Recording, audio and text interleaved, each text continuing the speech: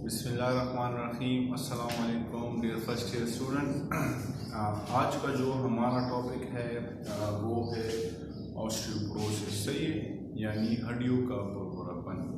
तो आज हम पढ़ेंगे कि ऑस्टियोपोरोसिस क्या है, सही है, और बच्चों में ये बीमारी कैसे आती है और फीमेल्स में कैसे आती हैं और ओल्डर एज में कैसे आती हैं, और इसके लिए हमने प्रिवेंशंस क्या करनी है, इसकी ट्रीटमेंट क्या है और हम इसको कैसे रोकेंगे, सही है। तो स्टूडेंट्स, ऑस्टियोपोरोसिस जो है ये हड्डियों के भुरभुरेपन को कहती हैं, यानी जब हड्डियाँ कमज़ोर हो जाती हैं, आसान लफ्ज़ों में हड्डियाँ वीक हो जाती हैं, ठीक। तो इस वीकनेस को जो है ऑस्टियोपोरोसिस कहते हैं, सही है। आपको पता है कि हमारा जो स्केलेटन सिस्टम है वो हमारे बॉडी को क्या करता है, शेप देता है, मूवमेंट में मदद देता है। तो अगर हमारे स्केलेटन सिस्टम आपको पता है कि बोन्स से बना हुआ, सही। तो अगर हमारे बोन जो है वो वीक हो जाए और अपने जो फंक्शन है उसको करना छोड़ दें, तो आपको पता है हमारे बॉडी पोस्चर में फ़र्क आएगा, हमारी मूवमेंट में फ़र्क आएगा, और हम इवन इधर तक कि हम जो मूवमेंट है वो भी नहीं सही तरीके से नहीं कर पाएंगे। तो स्टूडेंट, ऑस्टियोपोरोसिस क्या है, आपको मैं समझाता हूँ सिंपली। देखिए, जब बच्चा पैदा हो जाता है, सही है, तो at the age of childhood बच्चे की जो बोन्स होती हैं वो क्या होती हैं, फ्लेक्सिबल होती हैं, सही। और वो आहिस्ता आहिस्ता आहिस्ता आहिस्ता जब वो बढ़ता है, सही है, तो उसकी जो बोन्स हैं वो अपनी स्ट्रेंथ में आना शुरू हो जाती है, सही। जब बोन स्ट्रेंथ में आना शुरू हो जाती है तो एक बोन स्ट्रेंथ जो है वो 30 एज तक, कितनी 30 एज तक वो उसकी जो स्ट्रेंथ होती है वो बढ़ती जाती है, बढ़ती जाती है, बढ़ती जाती है। 30 एज तक जब वो पहुंच जाता है तो एट द एज ऑफ 30, सही है, वो क्या हो जाता है, वो स्टॉप हो जाता है। 30 से 40 के एज तक वो क्या होता है, वो मेंटेन होता है, सही है। बोन्स की जो स्ट्रेंथ है वो क्या होती है, मेंटेन होती है। अब 40 के बाद क्या होता है, 40 के बाद ये होता है कि सपोज 40 तक पहुंच गया, तो 40 के बाद क्या होता है, इस ग्राफ को देख के जरा, लाइक ये इसकी एज सही है 140, सही। अब इससे जब ये एक्सीड करता है, क्या करता है, 41, 42, 43, 44, 45, इससे जब ये बढ़ता है तो ये बोन्स की स्ट्रेंथ जो है ये क्या हो जाती है, इसमें और जो है अगर स्ट्रेंथ नहीं आती, सही है, ये अपनी जो ग्रोथ है ये रुक जाती है। तो 40 के बाद क्या होता है कि डिक्लाइन फेज शुरू हो जाता है, सही। तो अगर किसी की 100% है स्ट्रेंथ बोन की, तो उसकी 100 से शुरू हो जाती है, सही है। अब मेन पॉइंट जो इधर है वो ये है कि बच्चा पैदा हो गया, सही है, 25, 20, 30 तक वो पहुंच गया। अब ये ज़रूरी नहीं है कि हर बच्चे की जो बोन की स्ट्रेंथ है या ताकत है वो मैक्सिमम तक पहुंच जाए, सही है। क्यों, इसलिए ये उन बच्चों या वो ऐसे बच्चे जो क्या करें, जो नंबर 1 क्या करें, रेगुलर एक्सरसाइज करते हो बचपन से, एक्सरसाइज, सही। सेकंड क्या है कि विटामिन डी और कैल्शियम, यानी प्रॉपर डाइट उसकी सही होगी, समझ गए, बैलेंस डाइट। इस सिचुएशन में अगर एक बच्चा बचपन से ही रेगुलर एक्सरसाइज करता है, सही है, प्रॉपर विटामिन डी लेता है, सनलाइट में घूमता है, सही है, फिश खाता है, कैल्शियम लेता है, दूध पीता है, इस तरह सही है बचपन से ही, और बैलेंस डाइट लेता है, तो इस सूरत में एक बच्चे की जो अपनी 25 या 30 तक ये एज होती है, इस एज में इस बच्चे की बोन्स की जो स्ट्रेंथ है वो 100 तक पहुंच जाती है। अब आपको मैं एक रिसर्च हुआ था आप KMU में, तो उन्होंने ऑस्टियोपोरोसिस में एक रिसर्च किया था, और रिसर्च किस लिए किया था, इसलिए किया था कि बनिस्बत फीमेल्स जो थी उन पे रिसर्च किया था, और एज ग्रुप जो था उनका वो था 25, 26, 27, सही है। ये ऐसा एज ग्रुप है जिसमें अमूमन सब जवान होते हैं और अपनी बॉडी फुल स्ट्रेंथ में होती है, सही है। तो जब रिजल्ट आया तो रिजल्ट बहुत शॉकिंग था, क्यों? इसलिए क्योंकि मेजॉरिटी जो हमारी फीमेल्स थी एट द एज ऑफ 25 या 26, जिनकी बोन की जो पीक मास है या स्ट्रेंथ है वो 100 होनी चाहिए थी, तो वो कितनी थी, वो 45, 50, 55 इधर थी। अब कॉमन सेंस है, सपोज अब अगर इनकी बोन की स्ट्रेंथ 50 है, सही है, ये ग्राफ है 100, 90, 80 या 70 या 60 या 50, सही है।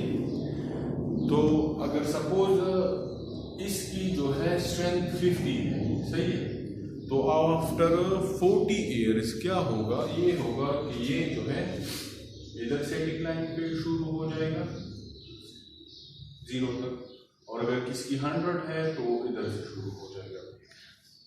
तो जो 50 है वो जल्दी जो है ऑस्टियोपोरोसिस का शिकार होंगी। क्यों होंगी? क्योंकि उनकी बोन में इतनी स्ट्रेंथ नहीं थी कि वो आफ्टर 40 जो है उसको क्या कर सके, मेंटेन कर सके, और अपनी जो ह्यूमन जो स्केलेटन सिस्टम है, ह्यूमन बॉडी है, उसको क्या करे, सपोर्ट कर सके। तो फिर क्या होता है रिजल्ट में ये होता है कि हड्डियों की बीमारियां शुरू हो जाती है। अब वो कैसे होती हैं कि जो मोहरे हैं बैक में, स्पाइनल कॉर्ड में, वो डिसलोकेट होना शुरू हो जाते हैं, सही है, हड्डियां कमज़ोर हो जाती हैं। सपोज फ्रैक्चर्स जो हैं वो जल्दी आना शुरू हो जाती हैं, डिसलोकेशंस बोन्स में जल्दी आना शुरू हो जाती हैं, सही है। इस तरह बॉडी बोन्स में पेन जो है वो शुरू हो जाती है। फिर क्या होता है, फिर हम डॉक्टर के पास जाते हैं, सही, डॉक्टर के पास जाते हैं। डॉक्टर के पास कब जाते हैं? तब जाते हैं जब कोई फ्रैक्चर हो जाए या कोई मसला जो है सेवेयर हो जाए, सही है। तो जब डॉक्टर के पास जाते हैं तो सपोज अगर किसी का वो पीछे स्पाइनल कॉर्ड मोहरा में डिसलोकेशन हुई हो या कुछ और ऐसा मसला हुआ हो या नी में किसी की प्रॉब्लम हुई हो, तो डॉक्टर क्या करता है, ट्रीटमेंट करता है। अब अगर सपोज फ्रैक्चर है तो फ्रैक्चर में आपको पता है कि डॉक्टर क्या रिकमेंड करता है, रेस्ट, सही है। तो ऑलरेडी आपके बोन्स वीक होंगे, ऊपर से फ्रैक्चर भी हो जाएंगे, और डॉक्टर जो है आपको क्या करेगा, रेस्ट देगा। तो 3 से 4 महीने आप रेस्ट करेंगे बेड पे, तो आपके जो है रेस्टिंग हालत में आपकी जो कार्डियोवास्कुलर सिस्टम है वो भी इफेक्ट होगा, आपका रिस्पिरेटरी सिस्टम है वो भी इफेक्ट होगा, डाइजेस्टिव सिस्टम भी इफेक्ट होगा, मस्कुलर सिस्टम भी इफेक्ट होगा, स्केलेटन सिस्टम तो वैसे भी इफेक्ट है। तो ये क्यों होंगे? क्योंकि आप वॉक नहीं करेंगे, आप एक्सरसाइज नहीं करेंगे, आप प्रॉपर खुराक नहीं खा सकेंगे, क्योंकि अगर आप वॉक नहीं करें तो आपकी डाइजेशन सिस्टम काम नहीं करेगी, सही है। आप वॉक ना करें तो कार्डियोवास्कुलर सिस्टम आपका इम्प्रूव नहीं होता, सही है। मस्कुलर सिस्टम मुकम्मल रेस्ट में होता है, स्केलेटन सिस्टम मुकम्मल रेस्ट में होता है। तो आपको पता है, सपोज एक गाड़ी है, वो एक साल आप उसको अगर रेगुलर चलाए तो ठीक होती है, 3-4 महीने बाद उसको चलाए तो खामखा उसमें कोई ना कोई फॉल्ट या डिफेक्ट होता है, सही। तो यूरोप में जो है अमूमन, हाँ, उधर एक स्टडी हुई थी, तो वो उन्होंने ये कंक्लूजन निकाली थी कि मोर देन जो 30-35% लोग हैं एट द एज ऑफ 50 अगर ऑस्टियोपोरोसिस का शिकार हो जाते हैं, हड्डियों की बीमारी का शिकार हो जाते हैं, तो 30 से 35% क्या होता है, एक साल के अंदर अंदर ही उनकी डेथ हो जाती है। वो क्यों होती हैं, रीजंस मैंने आपको बताए कि कार्डियोवास्कुलर सिस्टम खराब, muscular system effect, digestive system, इस तरह रेस्पिरेटरी सिस्टम, ये सारे क्या हो जाते हैं, इफेक्ट हो जाते हैं, सही। और ये वो कौन सी ममालिक हैं, ये हेल्थ केयर में बिल्कुल टॉप पे ममालिक हैं जिधर हेल्थ की सारी फैसिलिटीज़ मौजूद होती हैं, सही।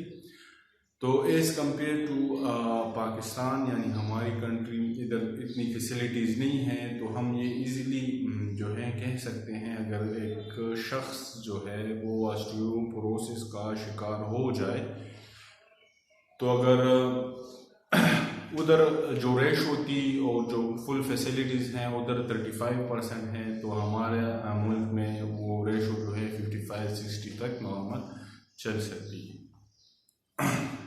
तो स्टूडेंट इस तरह बुक में है कि बच्चों में ऑस्टियोपोरोसिस का शरह क्यों ज़्यादा होती है, सही। तो बच्चों में क्या होता है, कैसे आता है चिल्ड्रन में, सही, कैसे आता है, इस तरह आता है कि आपने देखा होगा बहुत सी ऐसे ममालिक हैं जिधर खुराक की बहुत किल्लत होती है, सही है। खुराक की किल्लत होती है किसकी, बैलेंस डाइट। अब बैलेंस डाइट में कौन कौन सी चीज़ें हैं जो ऑस्टियोपोरोसिस का वो होती है, आपको बताया कि विटामिन डी, सही। सेकंड क्या है, कैल्शियम,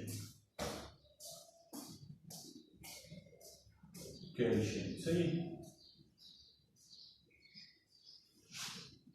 अब एक मुल्क लाइक सोमालिया, इस तरह और जो बहुत गरीब ममालिक हैं, उधर क्या होते हैं, उधर बच्चों को प्रॉपर न्यूट्रिशन नहीं मिलती, प्रॉपर खुराक नहीं मिलता जो उनकी रिक्वायरमेंट होती है, सही।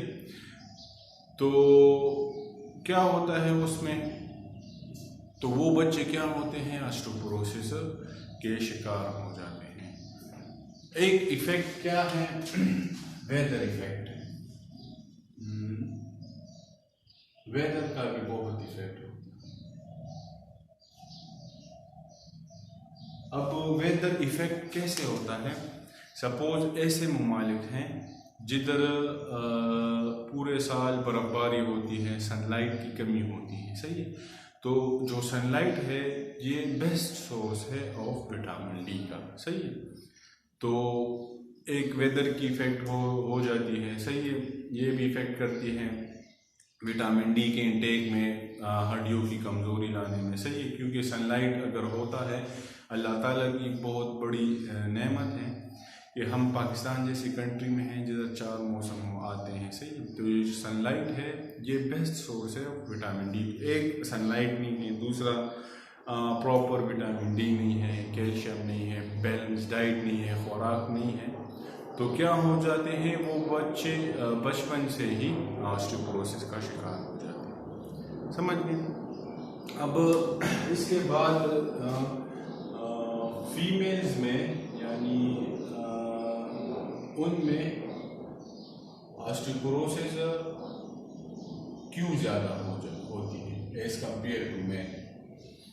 बुक में लिखा है, रिसर्च सब कुछ ये बताती है कि ऑस्टियोपोरोसिस जो है बने as compare to male female में ज़्यादा होती है। सही है। अब फीमेल में ऑस्टियोपोरोसिस क्यों ज़्यादा होती है? फीमेल में हमारे मेल हार्मोन होते हैं टेस्टोस्टेरोन। सही। फीमेल में होते हैं एस्ट्रोजन। क्या? एस्ट्रोजन।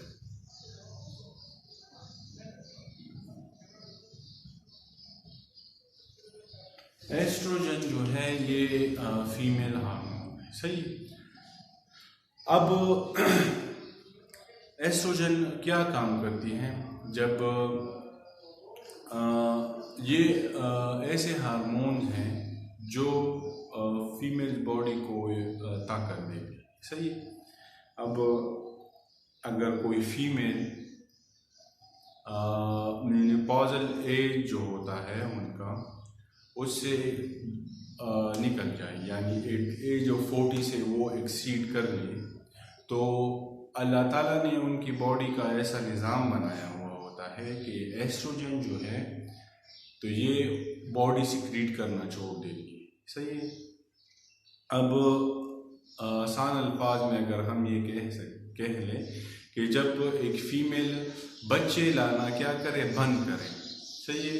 वो बच्चे और पैदा नहीं कर सकती, तो ये जो एस्ट्रोजन हार्मोन है ये क्या करता है, ये इनकी बोन्स को, इनकी बॉडी को ताकत देती है, प्रोटेक्ट करती है। तो ये एस्ट्रोजन हार्मोन जो है जब वो बच्चे लाना बंद कर देती है तो एस्ट्रोजन हार्मोन क्या करता है, ये ऑटोमेटिकली बंद हो जाता है। ये जो 40 में पागल है, जब वो बंद हो जाता है तो एक क्या होता है, एक तो हमने हमारे उसमें कर लिया कि फीमेल जो होती हैं वो ऑलरेडी जो हैं वीक सी होती हैं, क्योंकि एक्सरसाइज नहीं करती, प्रॉपर कैल्शियम विटामिन डी ये नहीं लेती। जब ये नहीं लेती और साथ में जो एस्ट्रोजन हार्मोन्स हैं एट एज ऑफ 40 वो भी बंद हो जाते हैं। एक तो डाइट सही नहीं है, ऊपर से 40 एज के बाद जो है एस्ट्रोजन हार्मोन जो उनकी बोन्स को प्रोटेक्ट करता था वो भी बंद हो गए। तो as compare to man female ज़्यादा शिकार होती है ऑस्टियोपोरोसिस की। मेन काज ये है। सही है। अब फीमेल्स शिकार आपको बता दिया कि क्यों ज़्यादा होती हैं। अब ओल्डर एज लोग जो हैं, यानी ओल्ड एज के लोग या मैन हो गए, तो as compare to female male में ये बीमारी कम होती है। क्यों कम होती है? क्योंकि हमारे जो मेल हार्मोन है वो है टेस्टोस्टेरोन, तो वो 40 एज के बाद भी मेल बॉडी जो है वो प्रोड्यूस करती है और वो जो है हमारे बोन्स को और बॉडी को ताकत देती है। अब स्टूडेंट्स, आई होप आप समझ गए होंगे कि ऑस्टियोपोरोसिस बच्चों में क्यों ज़्यादा होती है, फीमेल में क्यों ज़्यादा होती है एज कंपेयर टू मेल। सही है। अब इसके लिए हमने प्रिवेंशन क्या करनी है, यानी रोकथाम क्या करना है कि ये ना आए, ट्रीटमेंट क्या करनी है। सही है।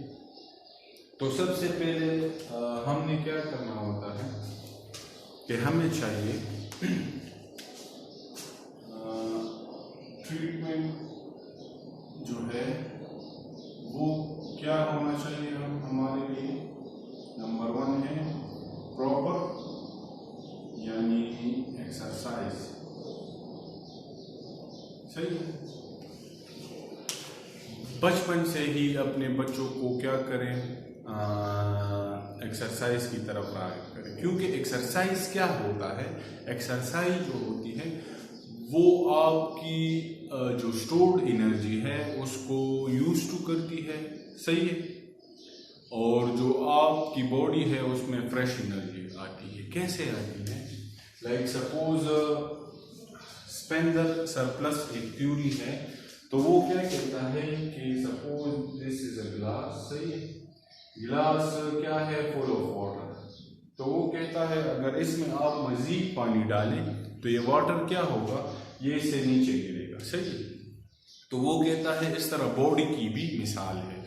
आपकी बॉडी जो है फुल ऑफ एनर्जी है। सही है। आप फिजिकल एक्टिविटीज़ नहीं कर रहे हैं, मूवमेंट नहीं कर रहे, एक्सरसाइज नहीं कर रहे, और आप मजीद उसके ऊपर क्या कर रहे हैं, एनर्जी डाल रहे हैं। सही है। खुराक खा रहे हैं, तो आपके बॉडी में तो ऑलरेडी एनर्जी है। बॉडी पार्ट्स को एनर्जी की ज़रूरत नहीं है। तो जो आप एक्स्ट्रा खुराक कर रहे हैं या और खुराक कर रहे हैं, तो जो रिक्वायरमेंट होती है वो तो बॉडी ले लेती है, बाकी जो ज़्यादातर खुराक हो जाता है वो क्या हो जाता है, वेस्ट हो जाता है। अगर आप एक्सरसाइज करें या फिजिकल एक्टिविटीज़ ज़्यादा करें तो वो क्या होगा, आपकी बॉडी से एनर्जी जो है निकलेगी और पॉजिटिवली तरीके से आपके बॉडी में आप और फ्रेश खुराक करेंगे तो वो फ्रेश एनर्जी जो है आपके मसल्स, बोन, बॉडी ऑर्गन्स को पहुंचेगी। तो सबसे पहले हमें क्या करना चाहिए ट्रीटमेंट में कि प्रॉपर एक्सरसाइज करना चाहिए। अपने फीमेल्स को भी बता दें घर में, बच्चों को भी बचपन से एक्सरसाइज, मेल्स के लिए भी चाहिए कि वो एक्सरसाइज करें। अब कैसे एक्सरसाइज करें, अगर ओल्डर एज है तो वॉक करें। सही है। फीमेल्स हैं तो घर में वॉक करें, पहले स्लो वॉक से शुरू करें फिर तेज़ वॉक से। हमेशा ज़ीरो से स्टार्ट करें। ये नहीं कि आप रनिंग करो टफ एक्सरसाइज करें, इस तरह नहीं। ज़ीरो से वॉक से स्टार्ट करें, 5 मिनट वॉक करें, फिर आहिस्ता आहिस्ता 10 मिनट वॉक करें, फिर 15 मिनट, फिर 20 मिनट, फिर इस तरह 30-40, इस तरह 1 घंटा। तो हमें चाहिए फर्स्ट थिंग क्या है कि हम प्रॉपर एक्सरसाइज करें। सही है। मेल्स के लिए भी, फीमेल्स के लिए भी और बच्चों के लिए। सेकंड चीज़ क्या है कि हम अपने विटामिन डी और कैल्शियम का ख्याल रखें। सही। अब विटामिन डी सनलाइट में होती है, फिश में होती है। सही। और विटामिन हैं, खुराक हैं, मौसमी जो फ्रूट्स होते हैं इनमें होती हैं। सही है। दूध में होती है। कैल्शियम जो है ये भी दूध में होती है। तो हमें चाहिए कि रेगुलर कैल्शियम लें, विटामिन डी की टेक करें। सही है। बैलेंस डाइट का ख्याल रखें, यानी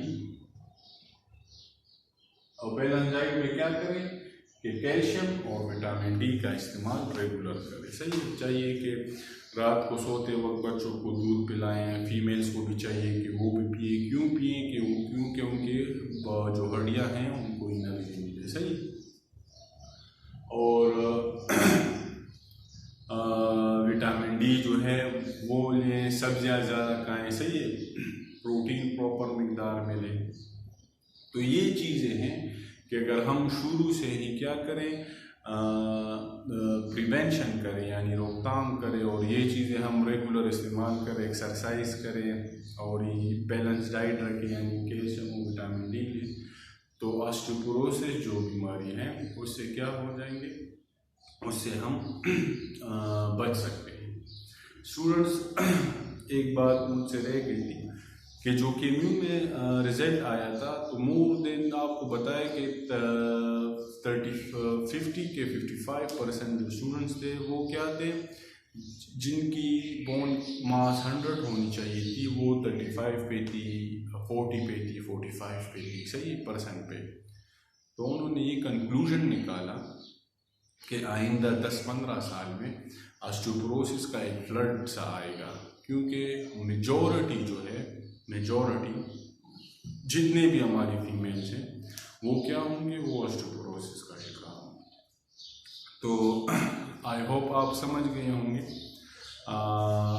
एज सिंपल, जितना आसान वर्ड्स में मैं आपको एक्सप्लेन कर सकता था एक्सप्लेन कर दिया। इंशाल्लाह आई होप कि आप समझ गए होंगे। इंशाल्लाह see you in next class. Till then, खुदा हाफिज़।